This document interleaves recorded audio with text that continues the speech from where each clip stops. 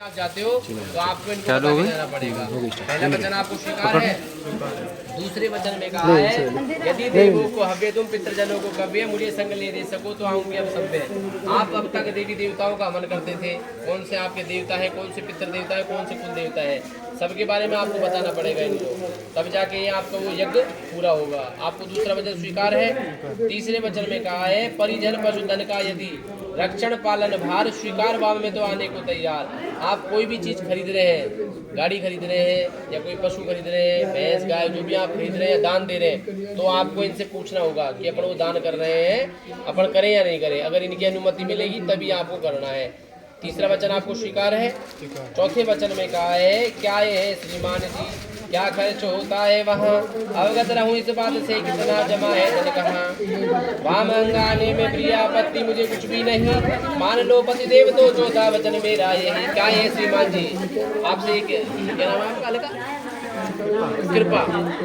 कृपा जी आपसे कह रही हैं कि आपने अब तक क्या जोड़ा, क्या बैंक बैलेंस बनाया, क्या है, कितनी एफडी करा रखी है, कितनी सेविंग कर रही है, सब कुछ के बारे में इनको आपको बताना होगा।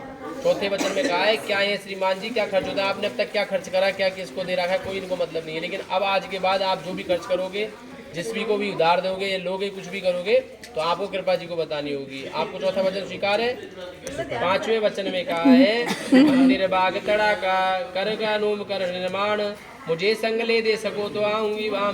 मंदिर बाग आप किसी मंदिर में दान दे रहे हो, बगीचे में दान दे रहे हो या कोई कुआं वगैरह तालाब वगैरह बनवा रहे हो, तो भी आपको इनसे आउट वो लेनी पड़ेगी, परमिशन लेनी पड़ेगी, वे अपन उस काम में दान कर सकते हैं। तो आपको पांचों वचन स्वीकार है। छठे वचन में कहा है करो यदि हे नाथ तुम क्रय विक्रय का काम अपने देश विदेश में वाम अंग निजाम। यदि आप कोई कार्य कर रहे हैं, खरीद रहे हैं या बेच रहे हैं, अपने यहाँ पे अलवर में कर रहे हैं या कहीं बाहर कर रहे हैं, उसके बारे में भी इनको बताना होगा। ये सातों वचनों का सातों अलग अलग नियम है। ये हर का एक अगर एक वचन को अगर बोले तो कम से कम घंटों लग जाए एक वचन को समझने में। तो आप कोई भी कार्य कर रहे हो, कहीं पे भी जा रहे हो, तो आपको इनको बता के जाना पड़ेगा कि हम ये काम कर रहे हैं, ये हमारा बिजनेस है। इस प्रकार आपने छठा वचन स्वीकार है आपको। सातवें वचन में कहा है माना गया संसार में चरित्र बल सबसे बड़ा, एक पत्नी धर्म संसार में सबसे कड़ा।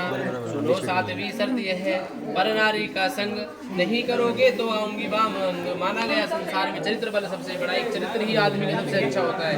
सारी धन दौलत जो समझो चरित्र है। अगर आप अपना अच्छे हैं तो अपन कहीं भी जा सकते हैं, कहीं भी बैठ सकते हैं, अपन को कोई बुरी नजर से नहीं देख सकता। माना गया संसार में चरित्र बल सबसे बड़ा। दूसरा धर्म पत्नी सबसे कड़ा। पत्नी धर्म को कड़ा क्यों बताया गया? क्योंकि आपकी जो आजादी थी ना वो अब खत्म है आज के बाद। जो भी आप बताओगे, कहीं जाओगे, किसी यार दोस्त के साथ जा रहे हो, तो आपको इनको बता के जाना है। भाई मम्मी पापा को तो नहीं बताते थे लगभग बस, लेकिन घरवाड़ी अब हो गई है आपकी है तो आपको बता के जाना पड़ेगा। इन्होंने मना कर दिया तो वहाँ नहीं जाना। पर नारी का संग, आपकी कोई फ्रेंड है या आपके ऑफिस में कोई है तो उनको आपको हमेशा अपनी बहन के रूप में और माता के रूप में देखना पड़ेगा। इस प्रकार कृपा जी ने आपसे 7 वचन मांगे, 7वां वचन आपको स्वीकार है। हरि ओम मंगलम भगवान विष्णु मंगलम गरुड़ध्वजा मंगलम पुंडरीकाक्षाय मंगलाय स्तनो हरि हे। भगवान शंकर जी भी आपकी तरह सीधे थे, जिन्होंने जल्दी जल्दी हाँ कर लिया, कुछ सोचा समझा नहीं कि मैं क्या कह रहा हूँ। उन्होंने क्या करा, माता जी ने उनसे 7 वचन मांगे तो शंकर भगवान ने कहा कि देवी तुम मुझसे 7 वचन अगर मांगती हो तो मैं आदमी हूँ, आदमी हमेशा उम्र से ज़्यादा चलना चाहता है, तो मैं आपसे 14 वचन मांगूंगी। माता पार्वती जी ने कहा कि मैं प्रभु आपको 7 वचन ही नहीं दे सकती तो 14 कहाँ से दूंगी। भगवान शंकर जी अड़ गए, हाथ छोड़ दिया कि देवी 14 वचन दोगी तभी मैं आपसे शादी करूंगा, नहीं तो मैं अपने जा रहा हूँ अपने कैलाश पर्वत पर।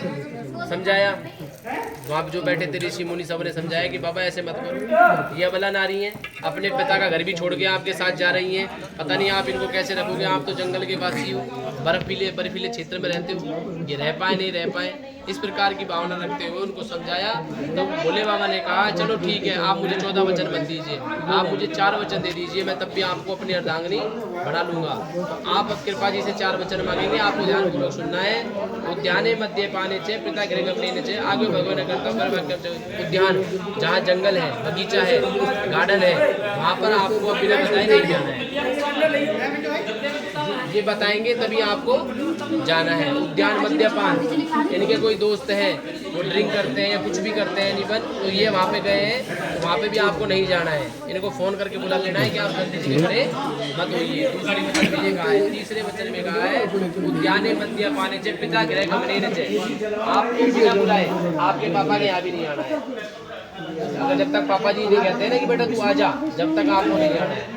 छोटी मोटी घर के अंदर लड़ाई झगड़े चलते हैं, उनको सहन शक्ति बढ़ा के दृढ़ संकल्प करके आपको अपने जीवन को प्रारंभ करना है। तीसरा वचन आपको स्वीकार है। चौथे वचन में कहा गया है उद्यान मद्यपान भर वाक्य चतुष्कर्मा। चौथे वचन में कहा गया है कि आज से पहले आप जो भी देवी देवताओं को पूजते थे कोई दिक्कत नहीं, पूजिए, लेकिन हम यहाँ से आगे इनके